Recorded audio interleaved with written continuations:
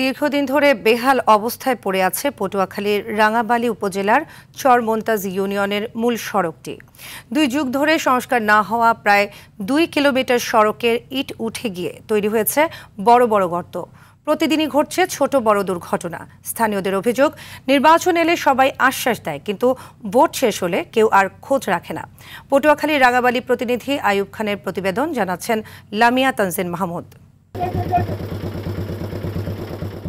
ইট দিয়ে নির্মাণ করা হয়েছিল রাঙাবালীর চরমন্তাজ ইউনিয়নের প্রায় 2 কিলোমিটার দীর্ঘ এ সড়কটি। এরপর 2 যুগ পেরোলেও হয়নি কোনো সংস্কার। বৃষ্টি হলে সড়কটি পরিণত হয় ছোটখাটো পুকুরে, যেখানে আটকে যায় যানবাহনের চাকা। দিনে এ পথে চলাচল করাই যেমন কষ্টকর, রাতে দুর্ঘটনা ঘটা তেমনই অবশ্যম্ভাবী। প্রতিদিন এ সড়কে যাতায়াত করেন হাজারো মানুষ। স্থানীয়দের অভিযোগ, নির্বাচন এলে রাস্তা করে দেবে বলে আশ্বাস দিলেও ভোটের পর জনপ্রতিনিধিদের আর দেখাই পাওয়া যায় না। মেম্বারকে যে আমাদের রাস্তাটা করিয়ে দেন, খালি আশ্বাসই দেয়, আজ পর্যন্ত কেউ দেয় নাই। এই রাস্তা দিয়ে আমরা স্কুলে আইতে পারি না, কোনো গাড়ি ঘোড়াও চলতে পারে না। বৃষ্টির সময় আমরা আইলে অনেক পাচার খাই আমরা। এই রাস্তা দিয়ে চলা আসা করা যায় না। মনে করেন এই রাস্তাটা পানি জমে থাকে, এই বেদর। এবারে গাড়িতে আইলে তো গাড়িতে পানি সেটা আমাকে গায়ে অনেক ময়লা পানি। রাস্তা ভাঙ্গার কারণে আমরা যাত্রী পাই না, তাছাড়া রাস্তা প্রচুর পরিমাণে ভাঙ্গা। প্রতিদিন গাড়ি দুর্ঘটনার শিকার হয়, এই রাস্তায় ঢোকা যায় না।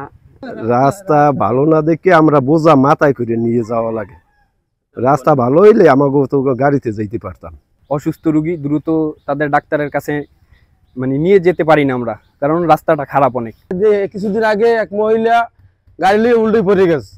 রাস্তা এত খাদল, রাস্তা ইটের আর 30 বছর আগের রাস্তা, কিন্তু রাস্তা খুবই নষ্ট। রাস্তাটির বেহাল অবস্থা স্বীকার করে উপজেলা নির্বাহী কর্মকর্তা জানান, বরাদ্দ পেলেই সংস্কারের কাজ শুরু হবে। আমি ইতোমধ্যে আমাদের এলজিডির উপজেলা প্রকৌশলী মহোদয়ের সাথে কথা বলেছি এবং এটা সম্বন্ধে যাতে খুব দ্রুতই আমরা ব্যবস্থা নিতে পারি, এজন্য আমি সর্বোচ্চ চেষ্টা করব। আশ্বাস ছাড়াই দায়িত্বশীলতার পরিচয় দেবে প্রশাসন, এমন আশা সংশ্লিষ্টদের। লামিয়া তানজিন মাহমুদ, RTV।